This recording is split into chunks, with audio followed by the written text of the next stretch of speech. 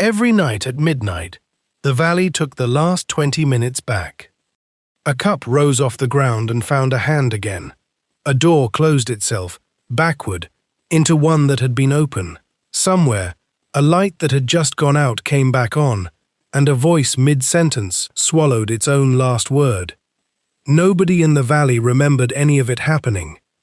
Nobody except him. 20 minutes, every night, that belonged to no one but him, and nothing in the world to tell him what he was allowed to do with them. Here is what he knew, and no one else in the valley did. At midnight, the last 20 minutes rewound. Everyone moved backward through them, unaware. Footsteps retracing themselves, sentences folding back into silence. When it stopped, the day played forward again, from that exact point. For real, this time. He'd stopped asking why a long time ago. What mattered was that when the rewind ended, he remembered both versions of what came next, the one that had almost happened and the one that actually did.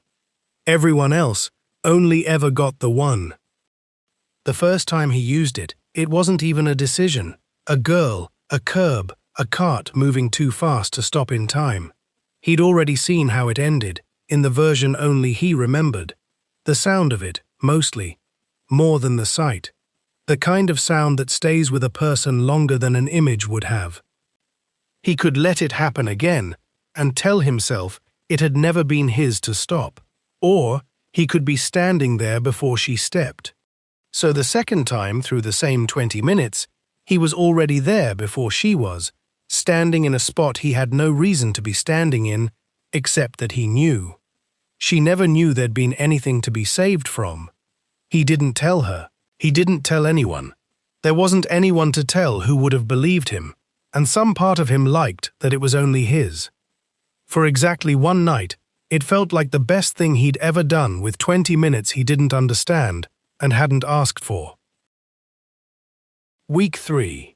A shouting match outside a shop, still building, one word away from a first punch. He found the right person the night before and said one sentence to them, quietly. By morning, the shop was just a shop again. Week 4. A bicycle, leaning where it shouldn't have been. He moved it 2 feet. Nothing more than that. That one felt too small to count. He almost let it go. Week 5. A couple, close to the kind of fight that doesn't have a way back from it. He changed nothing about what either of them was going to say, only when they said it. 10 seconds later than the first time through, and the sentence that would have ended things landed differently enough that it didn't, though whether it should have was never his to decide. He never learned their names. He never needed to. That was starting to feel less like a limitation and more like a rule he'd chosen for himself. Week 8. A man, walking in to be let go. A word from someone else, placed in the right ear the night before. He wasn't, and never learned that the choice had quietly stopped being his to make. Week 12. A phone call, made 2 minutes early. An ambulance that should have arrived too late didn't, and whoever was inside it never knew a decision that size had been made without them. At first, he told himself it was just this once. Then it was just this week. Then it was just the ones he happened to notice. And noticing, it turned out, was a skill that got better the more he used it. By week 20, he'd stopped waiting for the valley to show him what was wrong. Some nights, he caught himself hoping it would.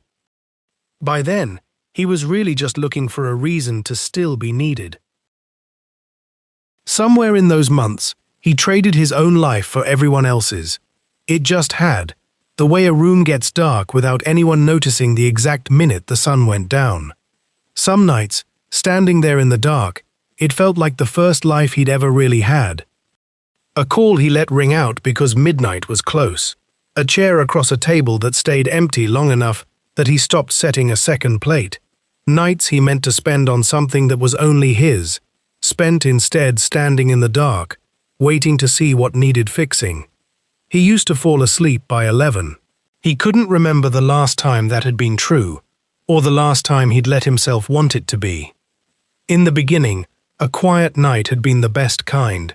Nothing broken, nothing to carry home with him. Somewhere in those same months, without a single night he could point to, that flipped.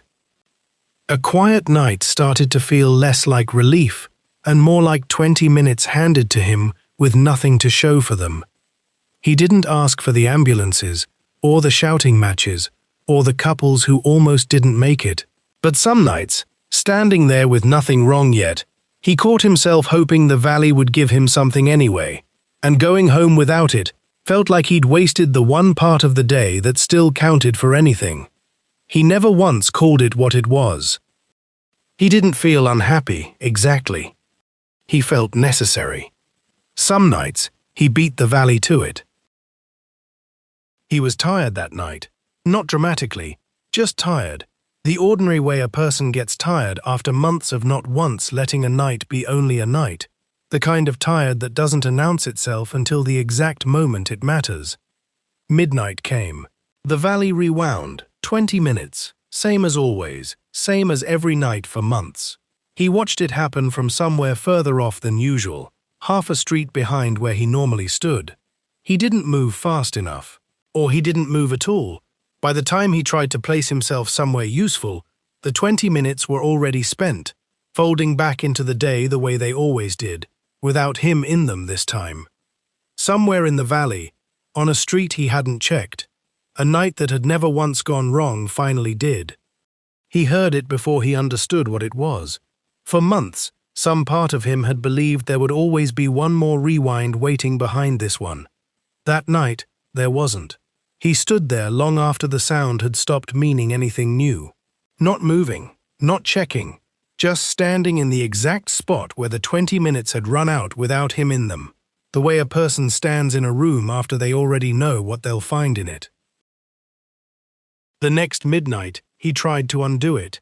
He ran straight for it, the fastest way he knew, the only plan he had, his whole body already deciding before his mind caught up, the way it always had, months of practice making the decision for him. He didn't reach it in time. 20 minutes isn't very far, on foot, across a whole valley, no matter how badly you need it to be. The next night, he tried differently. Wet leaves, a loose stone, anything on that street that looked like a reason. He cleared what he could find, certain this time would be the one that worked. It happened anyway, same sound, same silence after it. The third night, he didn't run anywhere. He stood where it happened and looked at the street itself, the way you look at a sentence you've already misread twice. Then he walked it backward, slowly, past every version of that corner he already knew, checking, this time, instead of guessing. Something about the wall stopped him before he even knew why. A bicycle. Leaning against a wall it had no reason to still be leaning against. Not after this many months of rain, not this close to the road again. 2 feet, out of the road. Nothing, really. The smallest thing he'd ever bothered to fix. He lowered his hand, not toward one more correction.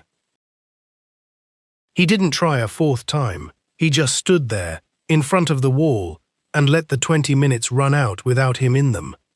The rewind ended. The day played forward the way it was always going to, for the first time in longer than he could remember, without his hand anywhere in it. He went home.